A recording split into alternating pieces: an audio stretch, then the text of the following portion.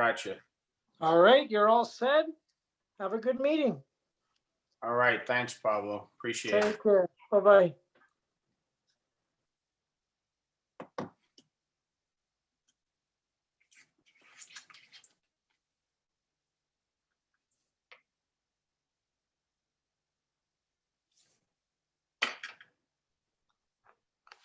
Ed, Yes. Who's that? my Elvis. name is Elvis. Yes, Elvis. Hi. I was in What's your, going on? I have a question in regards to, I mean, not for the meeting, for your minutes, but before we begin, is there a way to gather like a statistical information of what the board has accomplished? Like the minutes, like all the minutes converted into statistical per calendar year? What type of statistics are you talking about? Like if a road closure was done, not in particular road closure, what, that's just an example. Like how many items, like itemize all the things that Okay. the That would be a question for Kira, our district manager. Okay. I guess that's kind of above my pay grade. I don't know what type of statistics they keep there, but Kira, or actually Pablo, who just left, might actually know that. But one of our staff members, if they kept statistics like that, they would be the ones to address, or possibly our chair, Laura Spalter, also. Okay, I'll send the email to Pablo then. Yeah, send a request, and if they, they'll let you know what they have available. Yeah, because like how the prisons have their statistics on crime, Yeah, like that's what I was looking for. But good question. It's the first time anybody's ever asked me anything like that. I'm curious myself. I'm going to find out that answer myself, I guess. okay, if you can help me with that, yeah, I'll forward the email to Pablo and see if Send a formal request to the board, inquiring about what availability they have. I guess, it probably, just my own personal feelings, it would probably be helpful if you specified what statistics you were looking at, because I'm sure they probably do have some, but not others. I don't know exactly what you're specifically looking for. So if you had any specific statistics in mind, that might be the question to ask. Okay, thank you. You're welcome.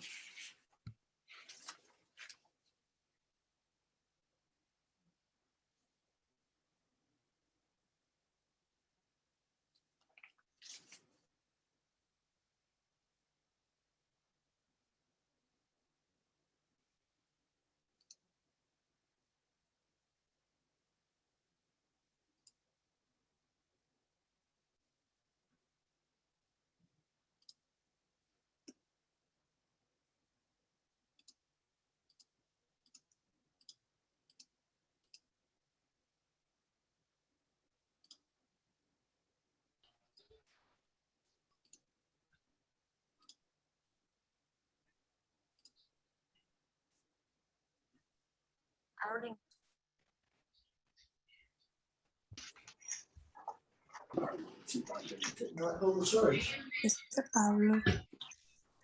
I'm plugging in. Hey, Plugging Myra. in. Hey, Myra.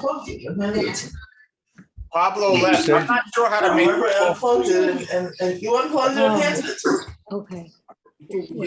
First, everybody needs to mute themselves.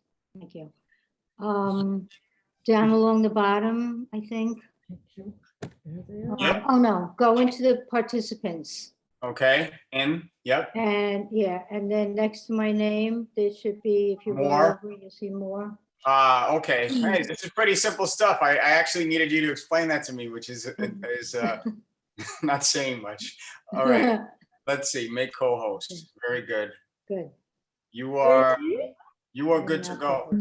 Squid, can you squash a little bit the chicken carcass so the bones get I'll liquid? all right. Nosotros no estamos muy ahí.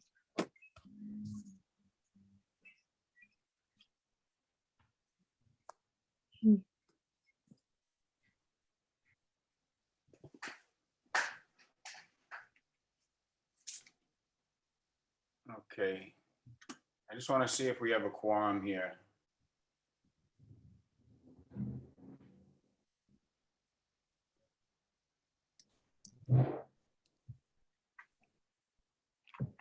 Good evening, everyone. Hey, Maralex. How are you? I'm well. How are you? I'm good. Thank you for coming. Thank you. I'm just waiting a couple of minutes till we get a quorum before we start the meeting.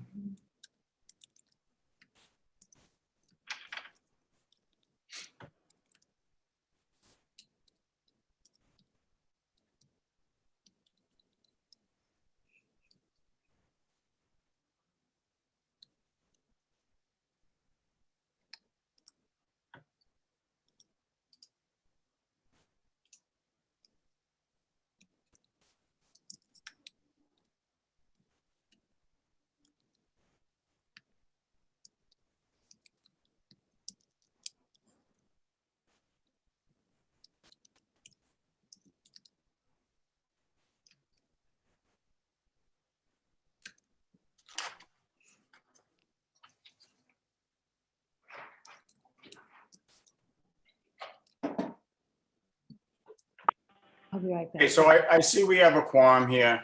Okay. And Myra, I'm gonna start the meeting. So you're gonna let people in as they come in, correct? Correct. Thank you. I'm just getting my press correct delivery.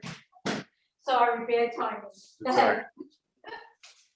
Okay, hello, everybody, and welcome to Bronx Community Board 8 Public Safety Meeting. My name is Ed Green. I'm the chair of this committee. And just, before I start, I just wanted to welcome a couple of new committee members. I wanted to welcome Christopher Calhoun, Stephen Vasquez, and also Robert Kaplan, who I didn't get a chance to formally introduce at our last meeting. So I don't know if you guys want to say a few words to the committee about yourself before we get started. Sure. Let me go. Oh, there's Bob. Okay. Hey. Yeah. My name is Bob Kaplan. Obviously a resident of Riverdale, been here for quite some time. My professional position is the executive director of the Jewish Community Relations Council of New York. It's an umbrella group of about 60 major Jewish organizations in the New York area. And I am, my connection to law enforcement, I have been a clergy liaison to the commissioner and to now Chief Madry. I've been a clergy liaison for over 20 years, and also have served as a chaplain for the Red Cross and have been very deeply connected to the FBI as well. Wow. Impressive credentials. Thank you so much for signing up.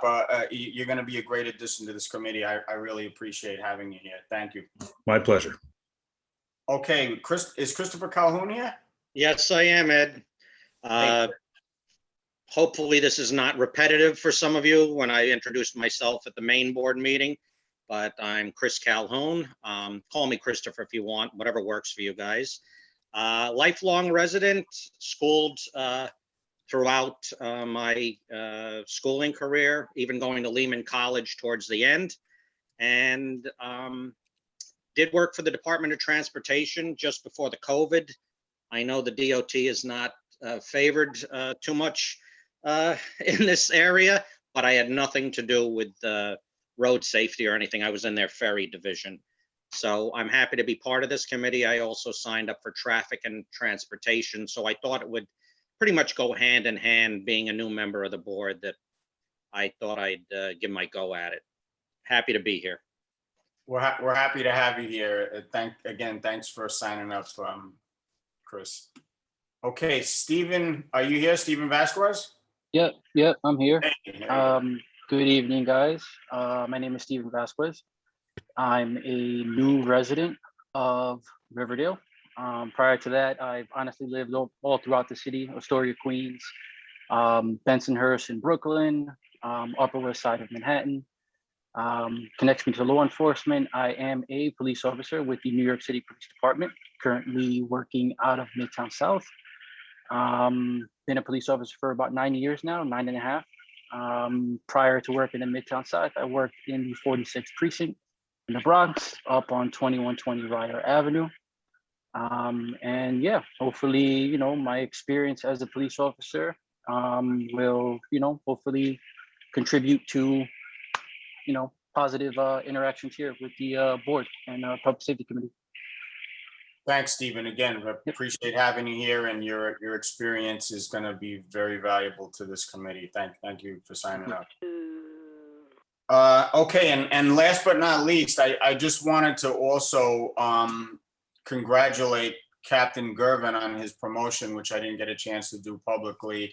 And we're excited to be working with Captain Gervin, who I've worked with in the past.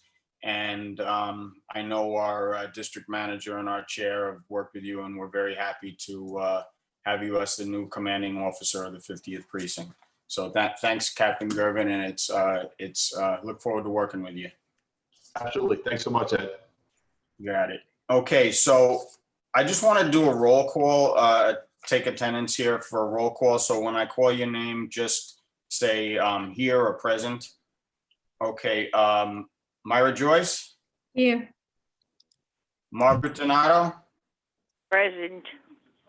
Nick Fazio, Present. Georgia Santiago,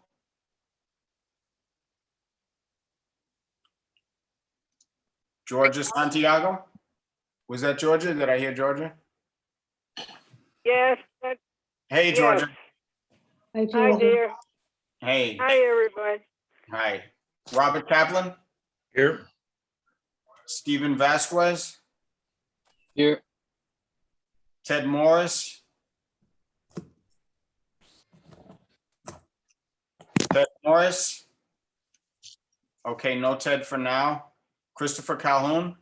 Here. Okay, almost a full house here. Did I miss Halim Jabor?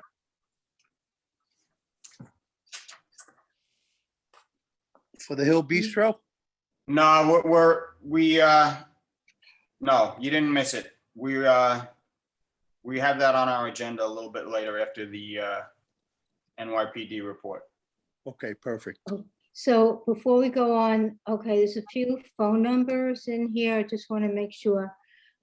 Margaret Donato, Yeah. which number are you? 347.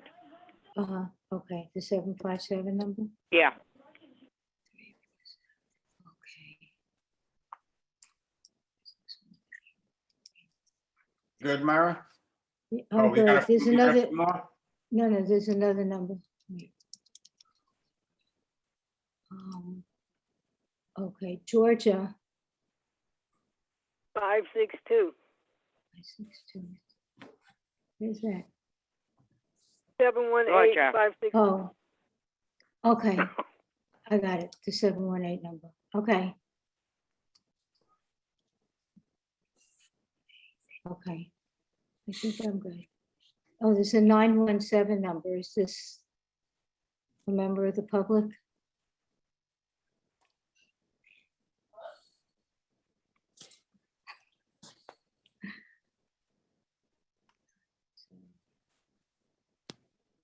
All right, let's go. Okay, I'm gonna move on, Myra.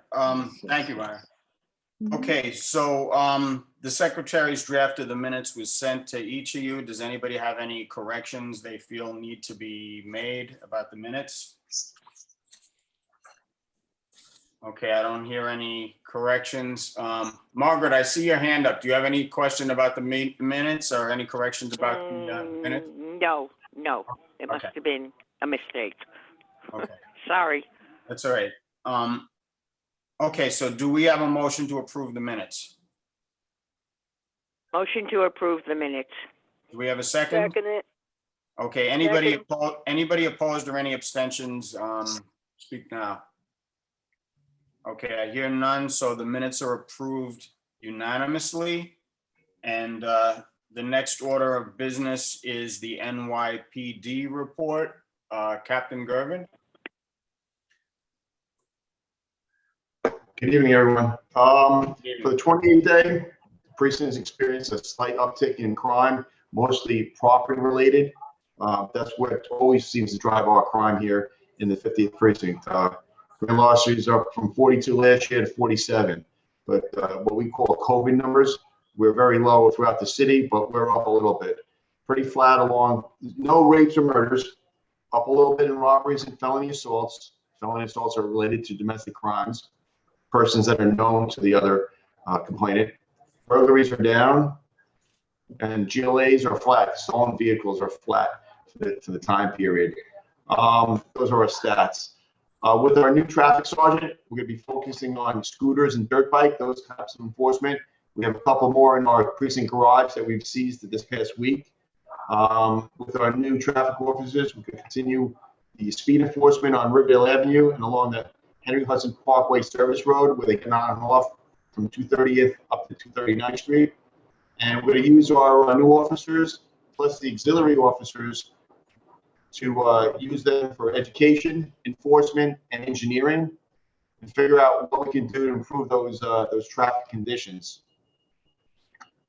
Continuing also with the quality of life with a focus on parks. I know where the parks are slowing down these days with the weather turning a little bit, but we still have people enjoying and visiting the parks. But that's not really the problem. We go on like outside Chandler Park along Jerome Avenue, where we have community complaints, mostly from our neighbors from the Woodlawn Taxpayers Association. Kenneth Nugent's got in contact with me about large groups of people gathering there and being boisterous, playing loud stereos and music, things like that. And if you've seen some of our Twitter pages, we're starting to seize that equipment to displace them from our neighborhood. We've also been directing patrols to 44 Park. I think there was Mr. Bellaverde, he had concerns about that at our community board meeting. So we have some people visiting those. And of course, Van Cortlandt Park at 4 locations, our primary enforcement is 262, 260, and 247th Street, as well as along Van Cortlandt Park South for quality of life, focusing on parking conditions and loud noise coming from the park. And in the past week, we've also had 2 shootings in the neighborhood. One was down in Marble Hill. That was our last one. And that was somebody had shots fired through or at one of the residents' store. And the squad is handling that. Nobody identified yet in that. And then on Columbus Day, we had a shooting at 231st Street in Godwin Terrace. Squad did a great job there. They identified 2 suspects. They've already apprehended one, and there's one outstanding, and that one person is also identified, and we're actively looking for him now. They're repeat offenders, and we're looking to bring that to Bronx Criminal Court as soon as we can. Thank you, Captain Gervin. Before I open this, any questions up to the committee and to the public, I'd just like to ask that there are a couple of issues, one with the proposed homeless shelter and also another with school safety agents. I would ask anybody, please just reserve questions till the new business segment, because I get the impression it's going to go into a little bit of debate over these, or not debate, but just lengthy discussion. So I'd like to get to the applicants for the SLAs, and I know, they're busy working people and want to probably get through this process and call it a night. So if we can reserve any questions about the homeless shelter or the school safety agent to the new business segment, I would appreciate it. It shouldn't take too long. With that, I have a couple of questions for you, Captain. Just things that were brought to my attention. And one is, it's really about the 311 requests. So, we've had ongoing issues and people raising concerns about 311 calls being closed out without having the problem resolved. And I had one email in particular where it was about 33, 42, 44, Fort Independence. This was going back about a week and a half ago, but supposedly for a couple of hours that there was loud music playing, and the resident stated, I believe this was the one, she said she made 38 calls or something to that effect. Maybe I'm getting the ones mixed up, but there was a lot of calls made about this, and she stated that she also had NYPD's officer's voicemail on her phone stating that they asked the person blasting the music to turn it down, but the offender turned the music back up immediately. So, I mean, I guess one of my questions would be, at what point does the person causing the disturbance have to suffer any consequences for this type of behavior? Or can they just, basically, what can be done about this? And also, what are you guys doing to address the issue of 311 calls that are being closed out that is not really satisfactory to the complainant's complaint? Put myself on now. We went up and spoke to that complaint, where we had our community affairs officers, police officer Cesar Sala and Rasa Jamshir report to the complainant. They spoke at length about the condition. They're going to refer that complaint, which is legitimate, to police officers Rodriguez and Giordani. They're the NCOs, and they're going to be following up with the super and the landlord and see if they can take some civil action against it. We're limited. I'm still haven't gotten back from our legal bureau about what we can do, but coming from the apartment, I think that we're constrained about what we can do in regards to enforcement. If they're outside in the back, which I think the complainant spoke about, that's something we can, if we can get access, we can do some enforcement in regards to unreasonable noise. But coming from their apartment, I'm not too sure about that, and I'm waiting for the NYPD legal team to get back to me on that for that lady's particular complaint.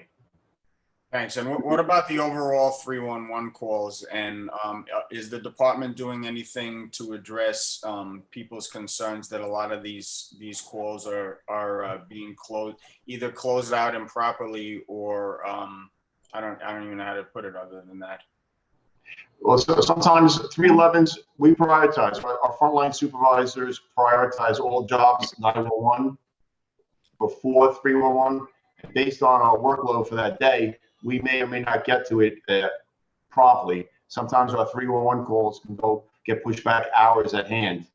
I looked into the one that you're probably speaking about over on Claflin, and that we actually responded to the location probably on another job related to it, which is unrelated to the complaint of the block driveway. There was some kind of dispute there. We did respond to that, but as for the closing out of the block driveway, I don't have an answer to that. That's something that we're addressing with the officer who is assigned to make that dispatch, and we'll probably have some minor disciplinary action taken for that lack of diligence in assigning those jobs. Okay. That job. Thank you, Captain. And my the next thing that was brought to my attention was, the governor, our new governor, has declared a state of emergency with regards to Rikers Island. Now, what that means in the long run, who knows? But it appears to me that they're headed towards closing Rikers Island down. And I've heard talks about opening up some type of facilities in each borough to compensate for closing Rikers Island down. I don't know if you guys, if NYPD has any opinion on what effect, if any, this will have on law enforcement in our area, or do you see any potential challenges or complications with this? The Department of Corrections has a lot of work ahead of it for themselves. Currently, they're moving all their correction officers from the various courts in the boroughs back onto Rikers Island to supplement their manpower there. The NYPD, under the direction of Commissioner Shea, has assigned police officers from various commands throughout the city to replace those corrections officers who work in the courts. So that's our part of it so far. Because of their limited manpower, they're bringing all those guys who are on it from outside, who work in the court, back to Rikers Island, and we're just replacing them. Thank you. Okay, before I open it up to the public, is there anybody from the Public Safety Committee that has any questions for Captain Gervin? A quick question, Chair Green. Hey, Nick. Hey, how you doing? How you doing, Captain? Thank you so much for being here this evening. Very sad to hear about the two shootings in this neighborhood, in this district. We've mentioned this in the past at this committee that crime in adjacent communities was bound to sort of trickle into our community at some point. For quite a while the city was experiencing a huge uptick in violent crime in particular, we were the exception, and that goes to testament to the good work of the 50th precinct. But what is the crime like in our adjacent communities? Has it gone up again? Has it gone down? Or has it remained the same? And do we anticipate that this is going to continue to affect us and sort of infiltrate into our district in the months to come? Thank you. Our adjoining precincts, both the 3-4, not both, but three of them, the 3-4, the 4-6 precinct on the south, and the 5-2 to our east. They're all working very hard. They're putting manpower where the crimes are happening, and sometimes it's along our borders. Like you said, we're doing well here still with the violence. It took us 8.5 months to have our first homicide, and we're doing outstanding work up there with the detective squad. They have a subject identified, but they do not have probable cause. We work hand in hand with Inspector Alps, Tommy Alps, over in the 5-2. We share the Kingsbridge corridor, which is both, public transportation and cars constantly crossing over our borders. They came across our borders the other night, chasing a bunch of bad guys, and the 5-2, along with the assistance of the 5-0, made apprehensions of 4 subjects, and a gun was recovered. So we're working each night all the time. Say again? I thought somebody was chirping in. Just wanted to answer everybody's questions. So we're working with each other day in and day out. That's because we're on the same radio frequency and we can hear what's going on as well as they. Thank you, Captain. Thank you, Captain. Does anybody else from the committee have any questions for Captain Gervin? Okay, I don't see anybody else from the committee. So I see a few hands up from the public. I see Elvis. Elvis, you got a question for Captain Gervin? I do. Thank you, Ed. How are you, Captain Gervin? Thank you for giving us the report on the status of the community. Previously, before well, actually, few days after I made the report of the police officer not attending Claflin, my property, 2711 Claflin Avenue, and not responding to give the summons to the blocking vehicle. But you said that your officers responded. I saw my camera because I sit in the living room, and that's where we have our camera system, and we didn't see any officers drive by with flashing lights or anything that could have resulted in issuing the summons. And I went to the vehicle right after I received the response from 311 that the police precinct, 50th precinct responded and fixed the issue. I'm not here to point any fingers, but then again, it's kind of what Walter and Ed here is bringing up the question, what can the police precinct do about how 311 responds to these situations? It's like, it's very concerning because right now, I had not right now, but I think a few days after I made that report, I found out of all things, excuse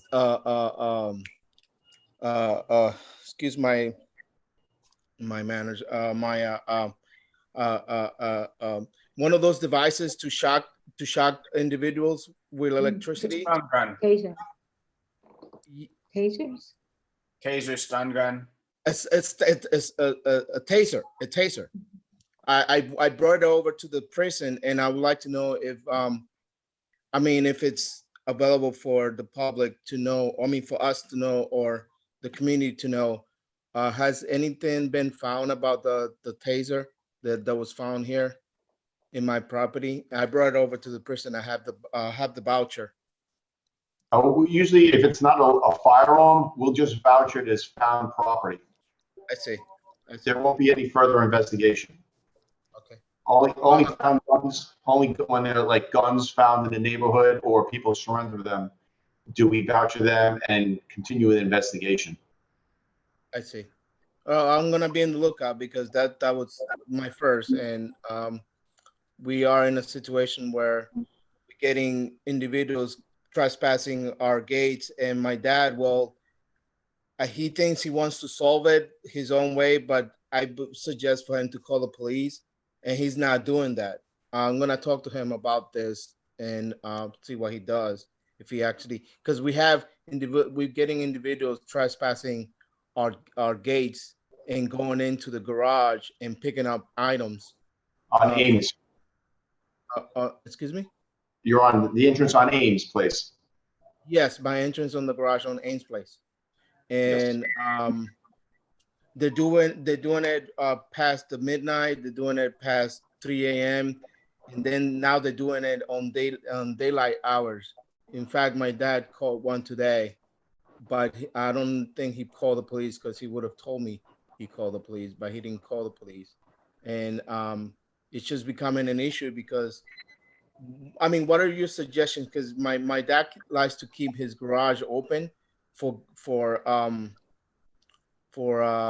garage sale, items that are there for him, for his personal endeavor. And it's attracting crime, a little bit of crime, and I don't know what to do with them. Well, you have that conversation with your dad about keeping those items of value to you secured, and we can do that by keeping, unless he's actively engaging in a garage sale, definitely have your dad keep the garage door down, and if it has a side door in the garage, keep that security locked.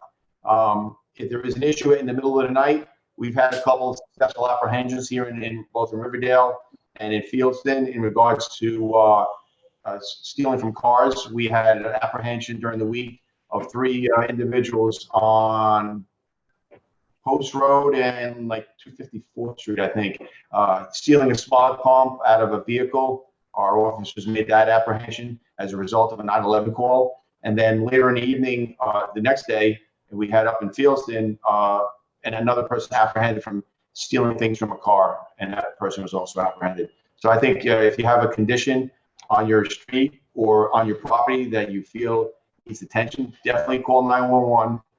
Have the police professionals respond as quickly as we can, and not for you or your dad to have an interaction with them. All right, thank you, Elvis. I see Sue has her hand up. Yes, thank you. I have a couple of questions for Captain Gervin concerning the intersection at Kapok and Johnson Avenue where Ruth Mullen was killed. I was there on Saturday and saw that only one car of about 20 stopped at the stop signs, and the other cars went right through the stop signs. I know that in the past, Captain Gervin, you said that you don't have the personnel to have someone full-time there, but I really do not understand why you cannot occasionally have an officer there. I think it would help get people to stop at the intersection. And also to ask you, I gather that the MTA is doing an investigation there and is not done with their investigation. Why does the police not do an investigation? Isn't it a conflict of interest for the MTA to be doing an investigation when if they find that they're not at fault, they obviously benefit from that. So, so if you could answer those two questions, one about enforcement at the intersection and whether the police can do an investigation as well. Well, first of all, we have been doing, right after the accident, we had enforcement for 72 hours straight there. We issued citations for the stop signs or failing to yield to pedestrians. For the second question, I'll go on a couple other things too. The investigation is not, I don't know what the MTA is doing, but the criminal, if there's any criminality in it, our Highway Patrol Collision Investigation Squad currently has the investigation. They're doing the investigation, and they're not completed with that yet. I'm sorry, All right. I want to make sure I understand both of your answers. You said that for 72 hours after after Ruth was killed, you did some enforcement there, but not since then? No, we continue. We had a conversation with both Eric Dinowitz and Mr. Jeffrey Dinowitz about the location on KPOC.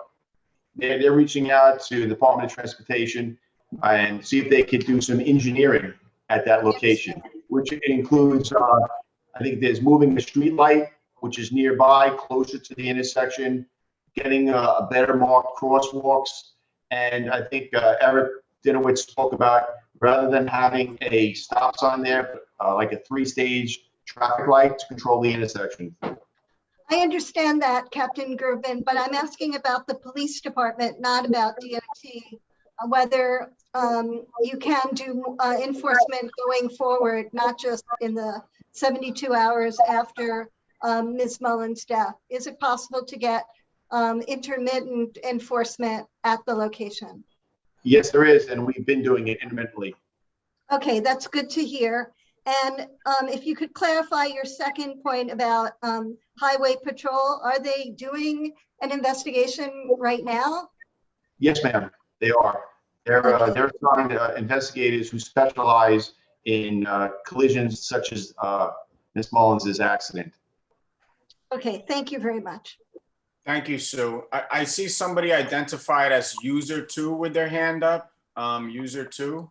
Yes, Question? if you know how to put Marie local residents, go right ahead. I have no idea how to change user 2. That's okay, Marie. You can go ahead and ask your question. Very good. Good evening, Captain Gervin. My question is regarding the fake paper plates, the souped up cars. I live on Bailey Avenue, and although there's been a wonderful change since this summer, Captain, that's for sure. I regularly see on West 234th, West 233rd, and Bailey Avenue around that area, cars with fake, those paper plates with expired expired date, and we still have a few persistent drivers with incredibly explosive vehicles, especially during the day and the weekend. The late night has disappeared, but now it's the day. Is this something that is on your plate for the 50th precinct? Yes, it is. That's both because we realize that here, as well as out throughout the city, the problem with paper plates, some are legitimate, some are not. We stop them regularly and we arrest them for criminal possession of a forged instrument. And we do that on a regular basis. We have our public safety officers out there during the evenings mostly, because that's when most of our crimes occur. But they also focus on that, since that's becoming endemic in both crimes and vehicle accidents where they flee the scene. So that's something we take seriously. As well as, yeah, go ahead.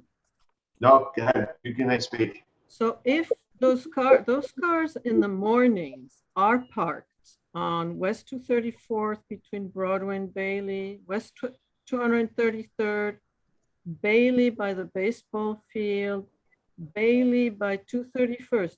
If there is no one in the car, can they get a ticket? because of verification of the validity of the paper plate?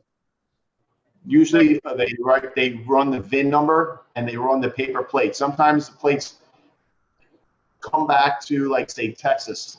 They'll come back to Texas and it'll have the registered owners. Other times it doesn't. Doesn't mean that it's not. It's all about the other states putting it into their Department of Motor Vehicle information so that we can use our computers in our cars and our phones to run those plates and see whether they're legitimate or not. So you can do that. So that you can do. If you see those cars, they can be checked, even though they're parked. Yes. All right. To this day, there are still a number of these cars in the area I described, just to let you know. But thank you for your effort. There's a big change from this summer. Thank you. Okay. And there's also enforcement we're doing on the loud exhaust that you spoke about. We've seen that mostly along Riverdale Avenue from 230 to 239, racing up and down and off the Henry Hudson Parkway. And we have an officer who conducts traffic enforcement for that. Well, they're definitely here on Bailey and West 231st, though, also. Well, that's Sharing. Well, he's sharing that information with us, and we'll have him take a peek over there at that location and see what he can see and hear, and if necessary, take those enforcement actions. But it is during the day here. I see at night it's much less, unless it's the weekend. But thank you. We have both officers, traffic officers who work during the day and evening. And because there was complaints of late night stuff, we're thinking about putting one of the officers on midnights to address those late night concerns. Okay, thank you very much. Thanks, Captain Gervin. That's great news. I see a board member, Margaret Della's hand is up. Hi, good evening. Captain, I wanted to follow up with you. Last week I mentioned that I saw some people taking what I assume is a catalytic converter out of a car in front of my apartment. And I also learned that one of my staff members had hers removed from her car. I work for Kingsbridge Heights Community Center, and it was taken off of her car in the middle of the day. She was parked over by the reservoir. And I know that you mentioned last week that it's primarily for, like older models of specific cars, but has there, and someone did mention to me that there was a post in a local Facebook group, but has there been any change in some of the information or some of the advisors that the 5-0 is pushing out to the community about car theft and other things of that like? With the car thefts, we're always pushing out, securing your own property. A lot of our car thefts, going back a little bit, probably a third of them at 1 month, people were leaving their keys in their cars, and that's how they were losing their cars. In regards to the catalytic converters, it ranges all kinds of years. It just depends on the kind of car, because they have certain valuable materials in those catalytic converters. There was an incident the other night on the midnight.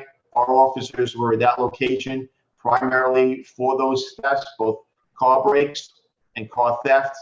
And they were trying to, in fact, it had a paper plate on it, and they were able to pursue that vehicle. He fled the scene, and he fled back up into Yonkers. We were not able to apprehend those subjects, and they were trying to steal another catalytic converter out of a Honda.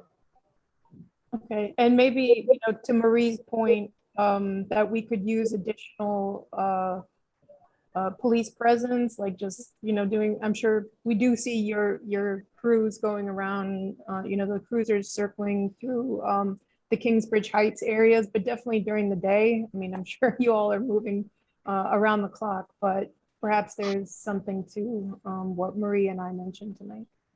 We try to focus on where the crime. We have a crime analysis officer that prints out little maps for us, and they have the little pin dots. We try to put our officers where the crimes are happening at the times that they're happening.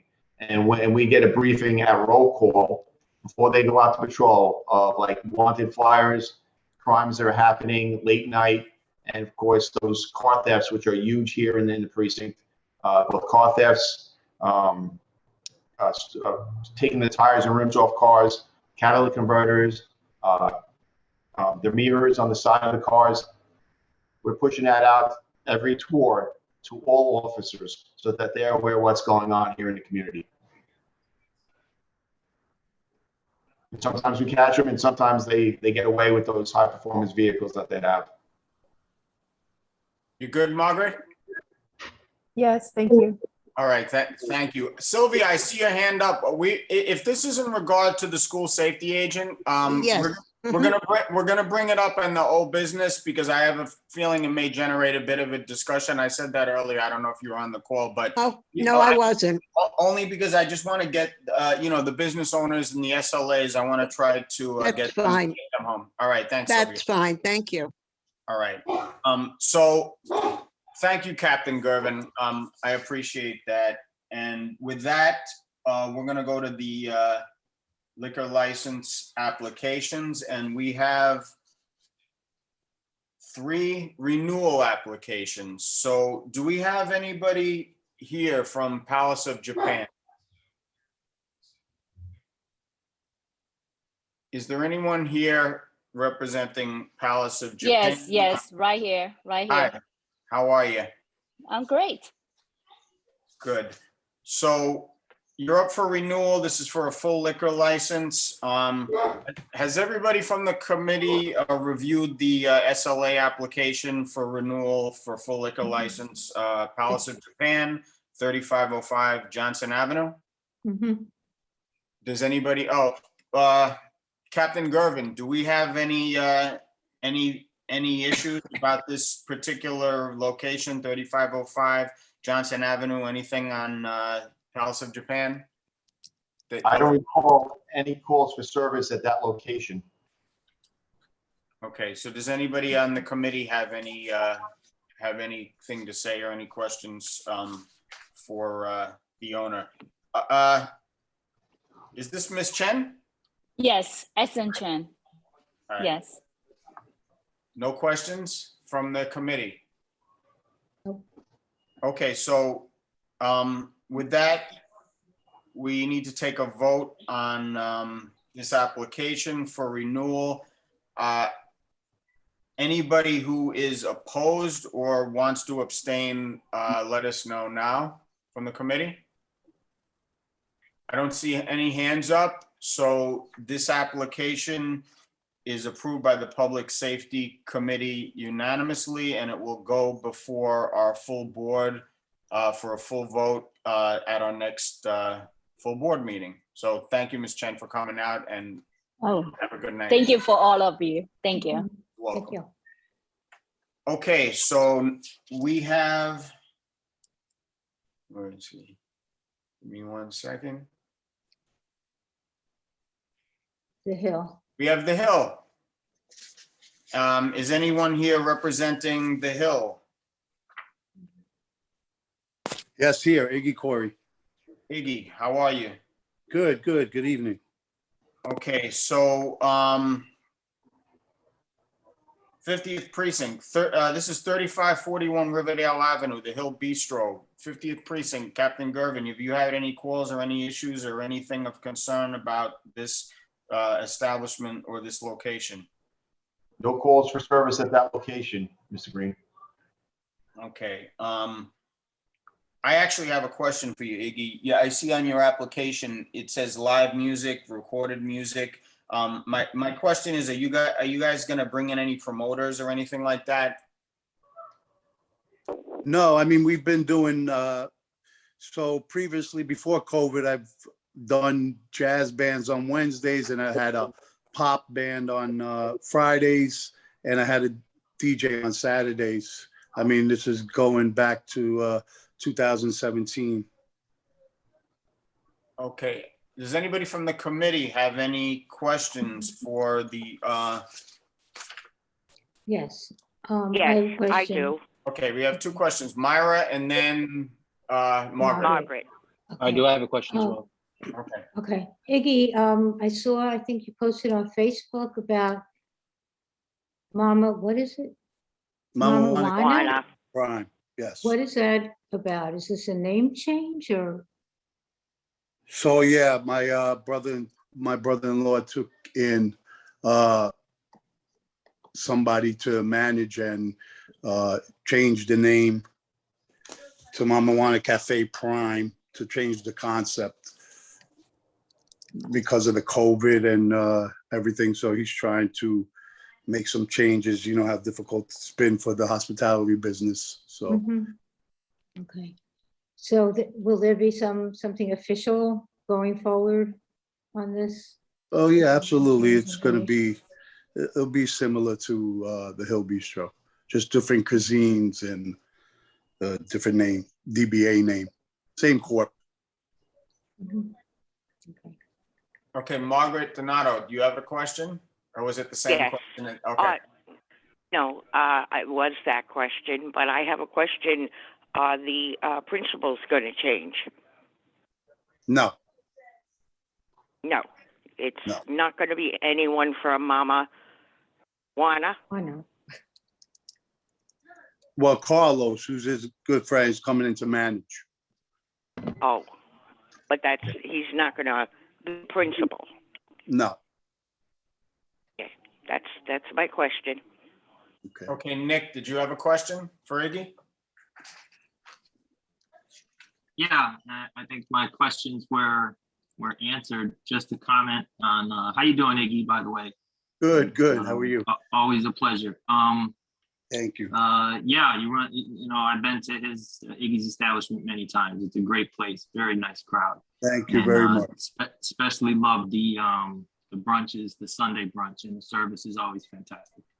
Just FYI, at the upcoming economic development meeting, we will have the New York City Hospitality Alliance present. So given all the stuff that they've done for the hospitality industry, I encourage you to join us at that meeting, and I'll be sure to get you an agenda. That's all I have. Chair Green, thank you. Thank you. Stephen Vasquez, I see your hand is up. Yeah, thank you, Chair Green. Hey, Iggy, so my question is, are you going to give up your business to Mama Juana and have Mama Juana completely take over? Because I know there are chains throughout the city as well. Well, it's not affiliated with Mama Juana Cafe. It's Mama Juana Cafe Prime. So it's definitely going to be, the cuisine is going to change into a Latin cuisine, but as far as what Mama Juana Cafe is, that's not what the Hill or Mama Juana Cafe Prime is going to be. If that answers your question. Yeah, it does. Thank you. Clear as mud. Thanks, Stephen. I see we have a member of the public with their hand. Marie, is your hand up from before, or is that a new question you have? It's a question now, but if I'm not allowed, that's okay. It's okay. I just want to What's know. what's your question? Is this the same Mama Juana that is on Dykeman Street, the same management? So no, that's what I'm saying. So it's Mama Juana Cafe Prime. We're doing something that's totally not affiliated with the place on Dykeman. Thank you. Thank you. Sorry, Nick. Sorry, Ed. Oh, that's fine. That's fine. Thank you, Marie. Okay, so with that, we're going to take a vote on this renewal application for full liquor license for the Hill Bistro. Is there anyone on the committee opposed to approving this application or wants to abstain? I'm abstaining. Okay, we have one abstention. So that means everyone else is in approval of it. So this application is approved by the Public Safety Committee and will go before the full board for a vote at our next board meeting. Thanks, Iggy, for coming out, and we'll be voting on it at the full board. Thank you. Thank you. Thank you, guys. Enjoy the rest of your night. You too. Okay, we have another renewal for Montezuma Mexican Restaurant at 119 West Kingsbridge Road for a full liquor license. Is there anyone here representing Montezuma Mexican Restaurant.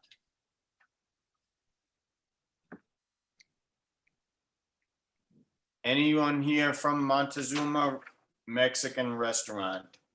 Good evening. Yes, I'm here, Magdalena Dominguez. Hey, Mr. Dominguez, how are you? Thank you for coming out. Okay, so 50th precinct, do you have any, have you heard anything about this establishment at 119 West Kingsbridge Road? Anything of note? No calls for service at that location. Okay, great. My question for Mr. Dominguez would be, I see on your application, it says live music, live DJ and singer, and also security personnel. So do you have any plans to have any promoters or parties there? And if so, can you elaborate on that? No, no promoters, just the usual entertainment that we have. Of course, after COVID, we had to eliminate a lot of the things. We're starting to go back on doing karaoke. It's not as the same crowd as when we had before COVID. We're also doing DJ. When I say DJ, it's just a person that's playing music. It's nothing like having a promoter there or anything like that. Okay. Does anybody from the committee have any questions for Mr. Dominguez about Montezuma Mexican Restaurant? I have a question, Chair Green. Go ahead, Nick. So how you doing this evening? Good. Thank you for being here with us, Ms. Dominguez.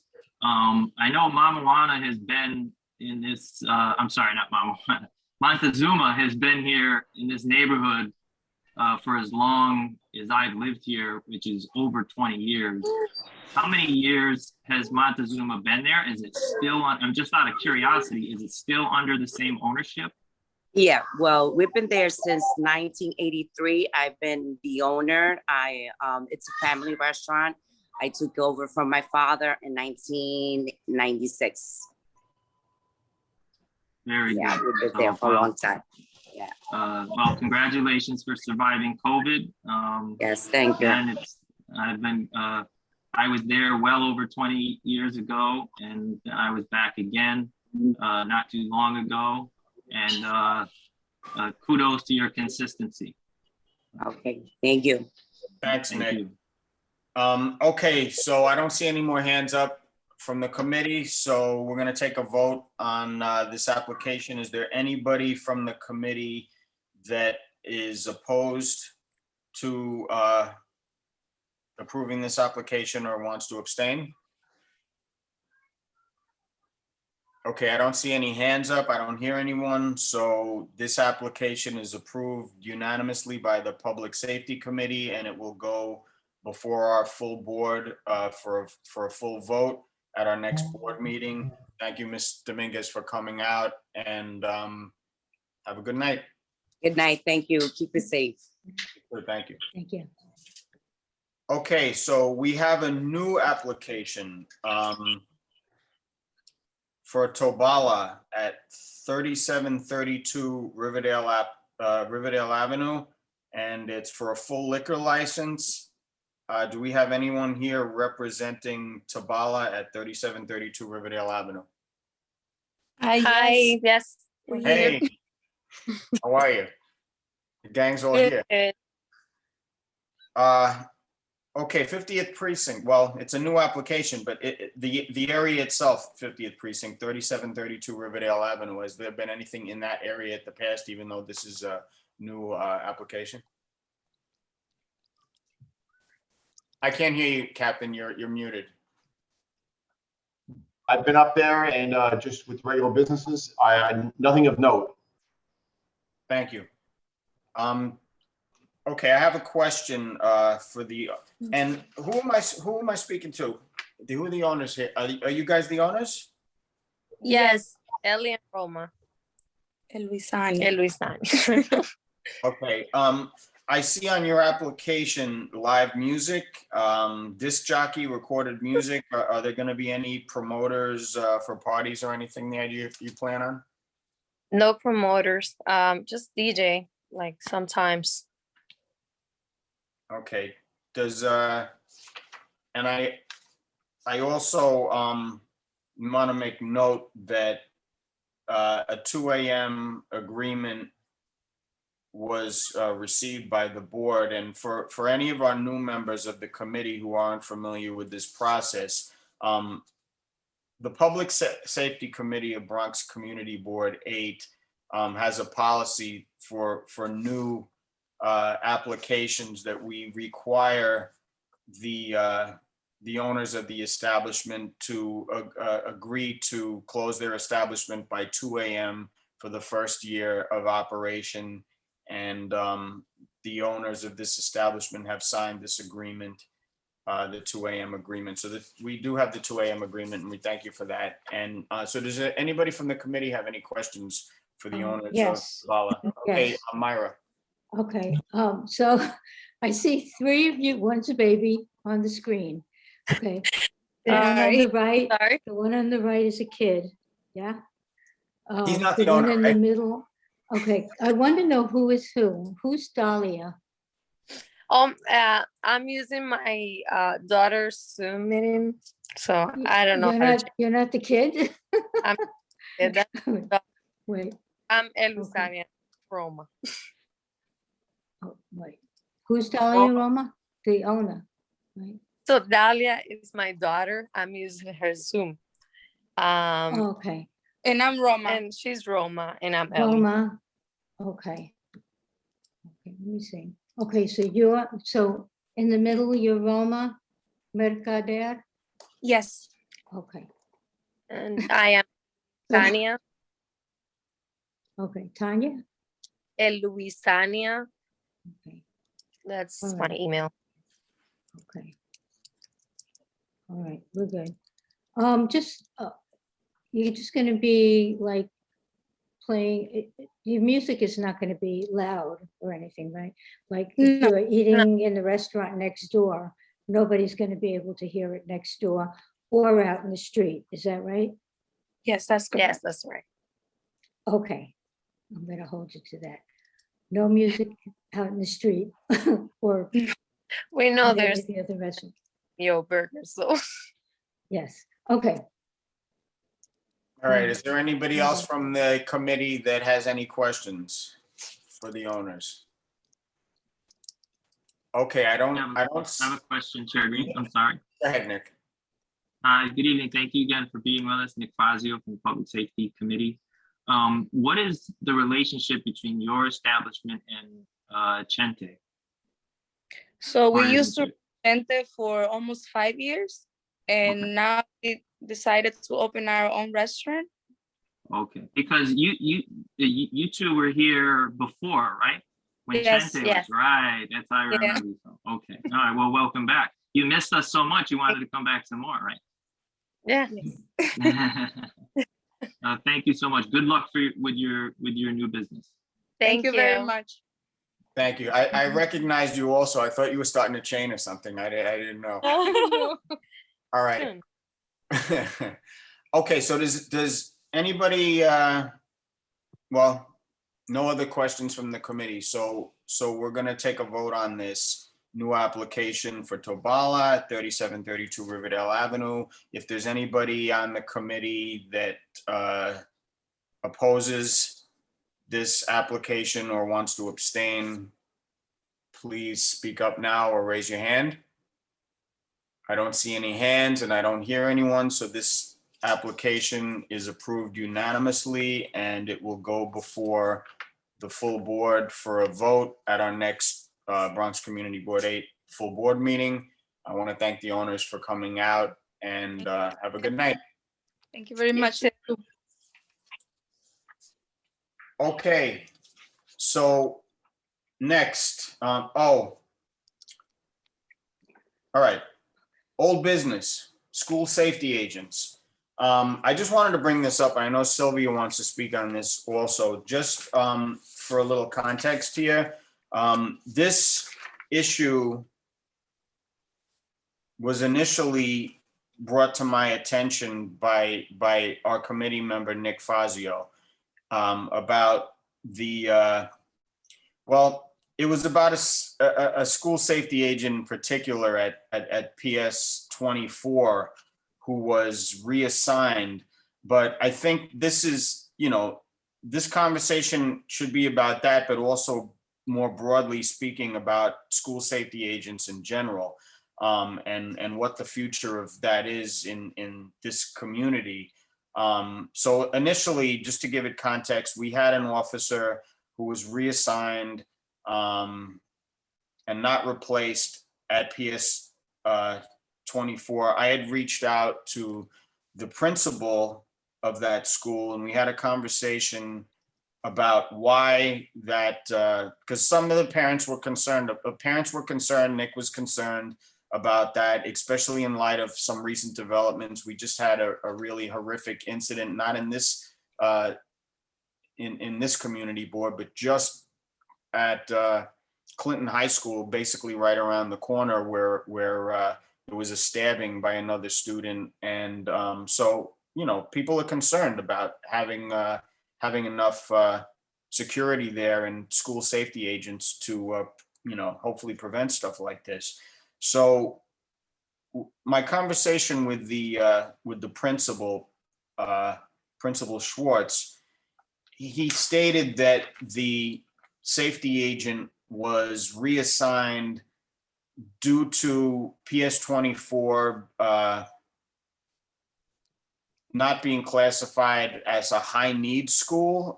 So in other words, and he stated it was a male shortage, a male, MALE shortage, meaning that they needed a male officer at another screening school. And by screening school, they mean schools that screen metal detectors for potential weapons.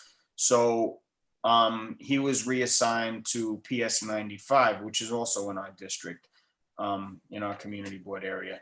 So I don't know if well, maybe Sylvia, do you want to comment on this first before we give this to the Captain Gervin for any comment on this? Sylvia, do you have anything to say about this? I really don't have anything new. Actually, I'm on tonight to see if that crossing guard was replaced. My history goes back a while at 24, and that periodically does happen because sometimes, especially in the beginning of the year, there are shortages of crossing guards. The police do the best they can, but if they need the person somewhere else, they move them. But usually they get replaced eventually. And I'm wondering if the captain has any leeway as to replacing that person. Well, I just want to say also that I just want to make the distinction that, as far as I know, it wasn't a crossing guard, it was a school safety agent. It was essentially an officer that is put in that school for security reasons more than anything else. And, I was told that they were a level 3 safety agent was the one that, I don't know if they made the decisions, but they stated that they were short on resources due to retirements. And that's why that the officer was removed to be used at a more high needs school. So, Is that a safety person, the one that sits up at the desk checking people in?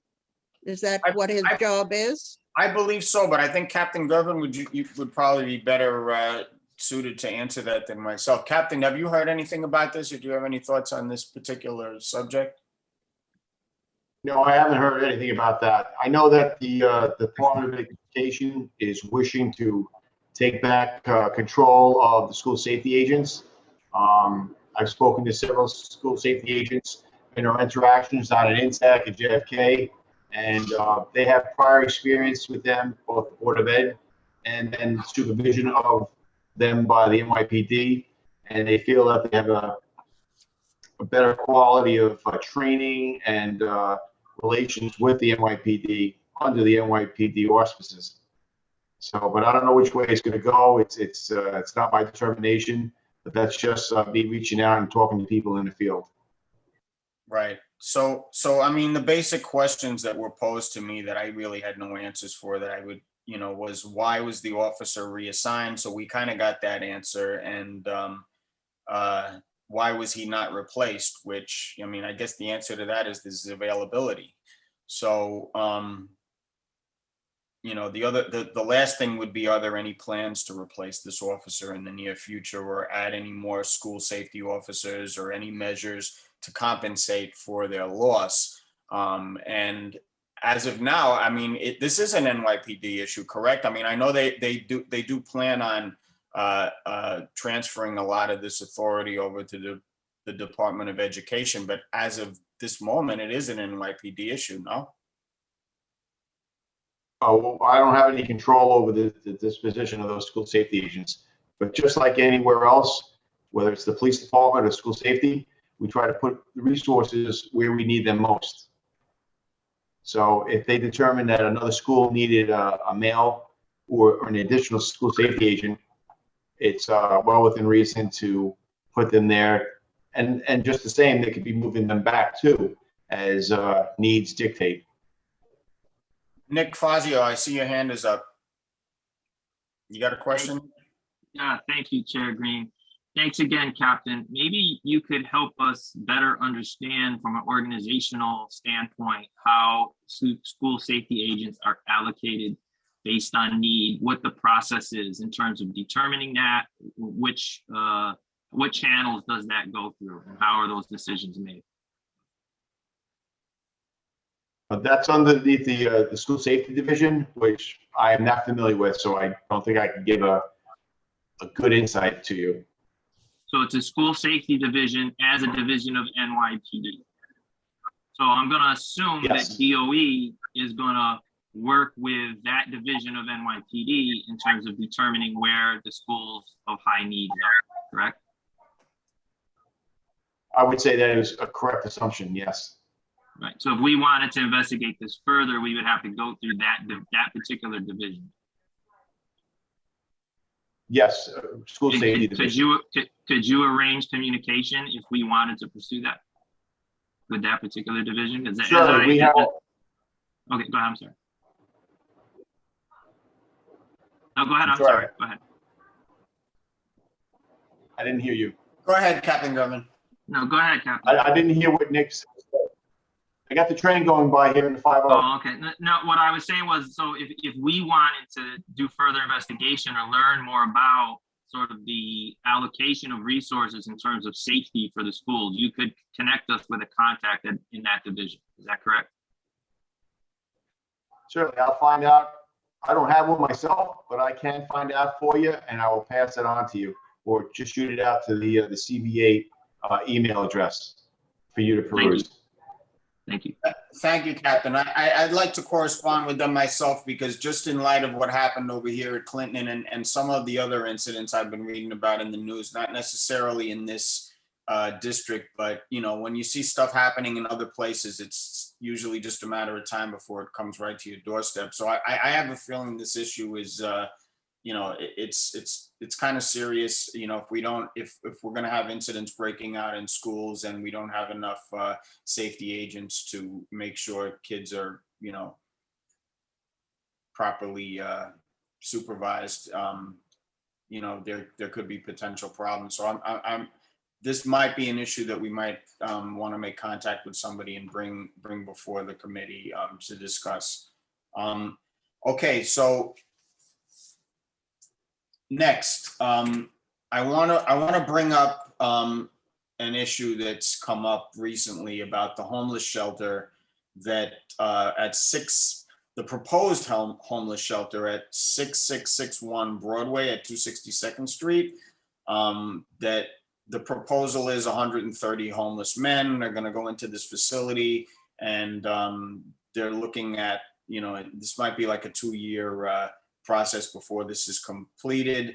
I didn't have the opportunity to go to the hospitals and social services meeting the other night, but I did watch the video recording of it, and I'm concerned about a lot of the things that I heard, and people have reached out to me about this issue, and I wanted to bring it up now and just basically ask, you know, the 50th precinct some questions regarding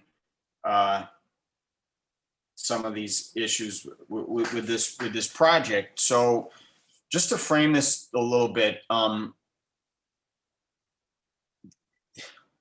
well, before I even get into it, is there anybody from the committee that wants to ask any questions or raise any concerns about this before I say anything on this? Yeah, I just want, I am. Oh, Go ahead. Sorry. go ahead.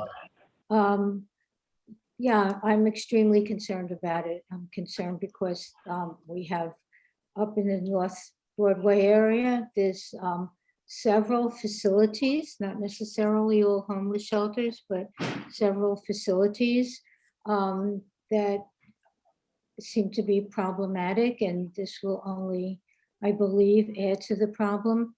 One of the things that was brought out at the meeting, the Health and Hospitals meeting, I don't know if it was brought out there, but it will be, they're open to receive, or people have to be in by 10 p.m., which means before 10 p.m., the residents could just sort of be wandering around. That's a concern. There's also, there's no transportation there. There's no place to buy food around there that, you know, at reasonable food. So everything about this project just is very concerning to me, and I know a lot of people. Thank you. Margaret Donato, I heard you. Yes. I'd like to know if there are sex offenders that are going to go into this facility. Is the 50th precinct made aware of that we do have them in our community? Captain Gervin, if there were to be registered or sex offenders in any type of homeless shelter, would the 50th precinct be made aware of that? I think that's. I'm not too familiar with the reporting requirements of certain level of sex offenders, but I think they do have to report to the police department. And then like changing of residence and things like that, if they move on. Would that apply to parolees as well? The answer was no. He was muted, but he said no. I believe. Okay, Margaret, anything else? That's it? No, not at this time. Okay, I see Stephen Vasquez, his hand is up. Yep, thank you, Chair Green. So it's not so much of a concern. I mean, it's definitely a concern, but more so, I guess, things that we could possibly look into that could either provide peace of mind to the constituents or raise a cause for concern. Checking, 911 calls or 311 calls regarding the shelter that's already on Broadway. Checking up, the history of the African American Planning Commission, which I think is the one that's going to be running this new proposed shelter. Checking their history of evictions pre-COVID. What would the procedure be if an individual is arrested? Would they be evicted? Would the complainant be removed to a new facility? There's just a lot of questions, but I think this is information that we could, look into, again, to either provide peace of mind to the constituents, the residents of the nearby area, because if this information comes back with, no 911 or no 311 calls of significant, of no serious significance, then, that'll provide some peace of mind, to people who are concerned. Thank you, Stephen. I'm just going to piggyback on that thought also with Captain Gervin and just ask, is it, as far as statistics are concerned, can we attempt to get some type of facts, statistical facts on general population shelters and how, what their potential, how they contribute to crimes within a neighborhood. Do statistics like that even exist? I'm sure they have to, or maybe they don't. I don't know, Captain. Do you have any thoughts on that? You might be able to get those statistics from the Department of Homeless Services. I don't know if that they would release that information, but they handle all the shelters, city-run shelters in New York City. So But- let me, Go ahead, Mark. Go ahead, Mark. Okay, Go ahead, no, I Myra. was just gonna add something to that, which is, and actually I was going to start digging into the research, was looking up the various homeless shelters and their populations and going into the CompStat reports and look at the reports before the homeless shelter was there and the reports after the homeless shelter was there to see if there were any changes. I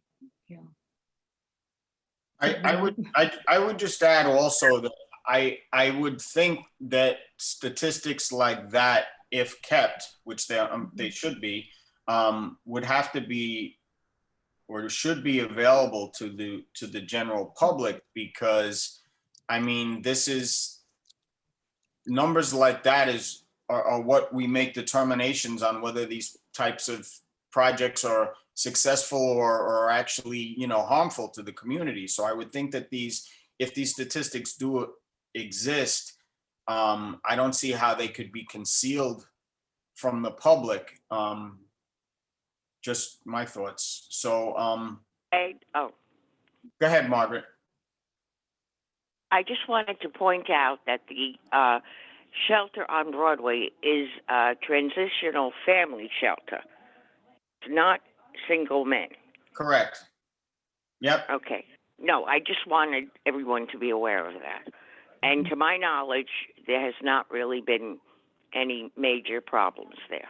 Yeah, it's a totally different animal, so to speak, though. Exactly. yeah. Exactly. That's, since it was mentioned. Okay, that's it. Yeah. So, I mean, Captain, generally speaking, I don't know what, if any, experience you've had in matters like this, but will our area, if something like this opens in our area, will we need more police presence? What would the role of the NYPD be with regards to a place like this popping up in our neighborhood? I'll speak to what's next door, right to the precinct, which is the transitional family shelter. And to my knowledge, we've never had a problem there. They run a pretty tight ship of security and staff, and they've been pretty. They've maintained a good contacts with our community affairs officers if there's any needs for police services. I can't comment. I don't have really a lot of experience with the homeless shelters. I know that in Manhattan during the summer in the past year, they've had some issues there. That on the Upper East Side, they had a lot of concerns with the response of police to disturbances and things like that. But we haven't seen that here in the precinct. Thank you, Captain. I just also, after viewing the video of the meeting, just a couple of things that popped up, that rang a bell with me was the potential to have convicted sex offenders and parolees and 8 to 10 men in each room, and people with mental health and substance abuse issues. And a lot of those, from what I got out of that with the mental health and substance abuse issues, that this is all self-reported data by them. So we don't actually know the extent of, what mental health and substance abuse issues are going on if this is based on self-reported data. And also lack of on-site counseling and mental health services, that was a concern of mine. So, and the inadequate number of security guards would be another one. So I also, I wanted to thank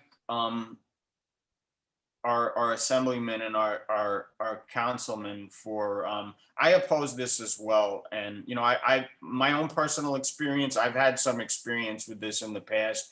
I was a substance abuse counselor, and I did work for the Human Resource Administration of the city. And, you know, not only that, in my present employment with working for transit, I've had the opportunity to actually talk to homeless people who are basically living on the subways and ask them questions like, why don't you choose to go in a shelter?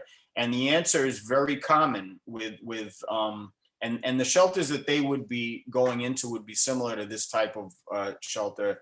As far as I can tell, it would be a general population men's shelter. And the answer is pretty much always the same.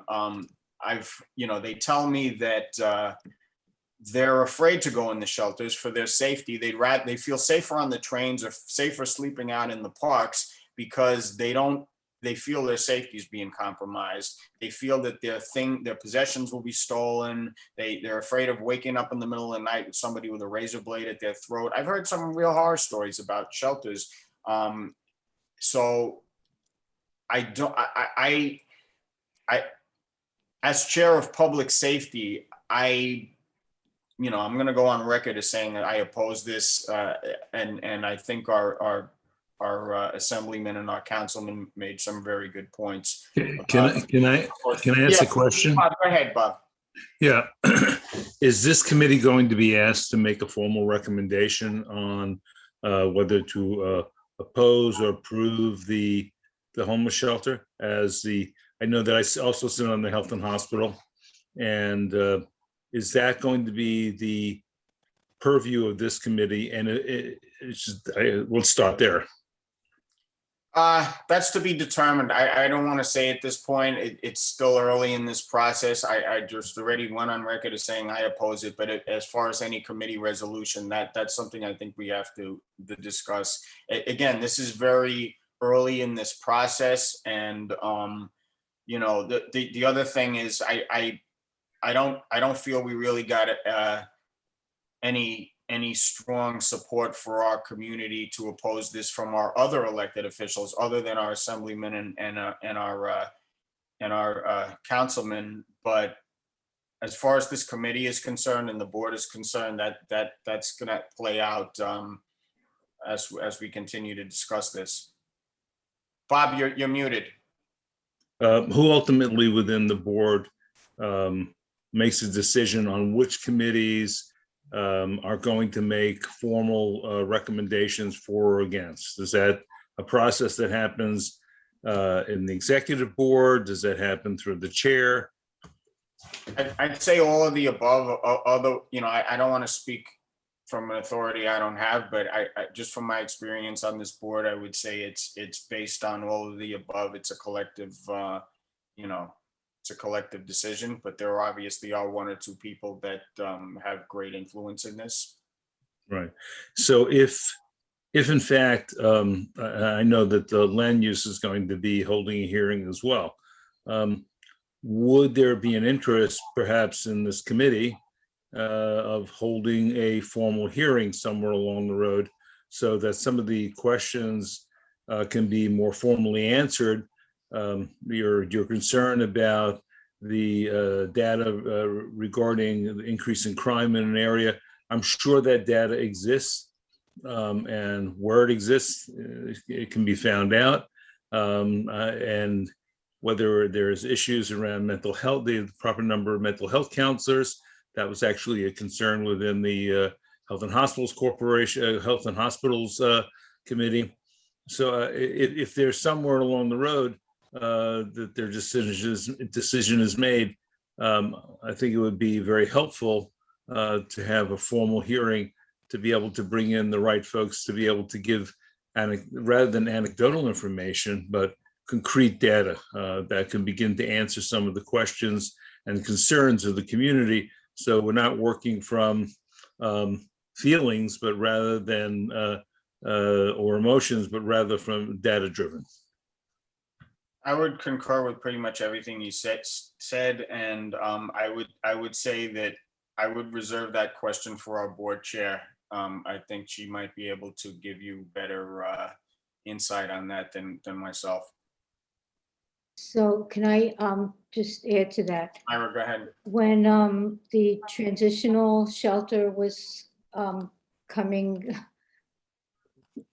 into existence, which we were very broadsided by, there were meetings, I forget, I think, I'm not sure if it was specifically public safety, but there were large meetings with the community and the principals involved in that shelter. So we got to hear from the people who were running the shelter and what it was all about, and, you know, and the facilities. So hopefully we can have another hearing like that, and I think that will, you know, help us ask questions and get them answered.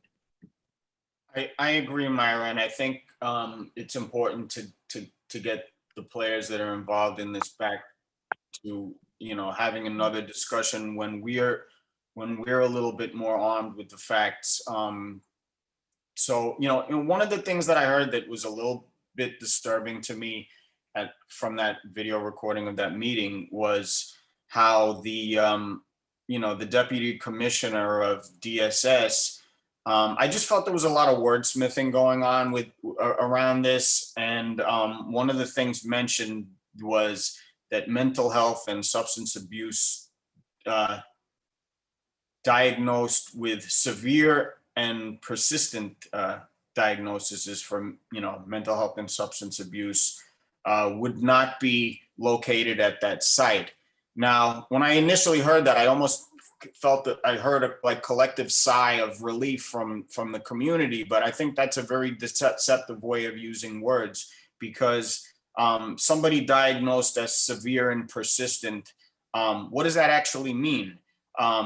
It appears to me that means the most extreme cases and not all cases of mental health and substance abuse. So that doesn't necessarily mean that people with mental health and substance abuse issues are not going to be put into that shelter. It just means the people with extreme cases. So a lot of this stuff to me was a bunch of, you know, carefully crafted wordsmithing and doesn't tell the whole story of what's been going on. And you know, I just don't want to see this project be somewhat of a Trojan horse to invite a lot of criminality into our neighborhood. And, you know, so I have concerns. As we could see by that meeting, that, you know, overwhelmingly, the community is against this. Overwhelmingly, I don't think that's an understatement, an overstatement rather. But so there we have it. I just want Nick, as your hand is up, if that up from before, or do you have another question? Yeah, but I see a 718. I don't know if it's someone from the community. They had their Is that hand up Georgia? first, so- Georgia, you 718? 81? Yes. Georgia, what's Yes. going on? You got a I question? wanted to ask a question, yes. Last week when we had the meeting and it was brought up about the Special Victims Unit on exterior, is that too soon to ask when you're speaking on homeless men now? It's on the exterior. That's where they were Right. speaking of putting it. Yeah.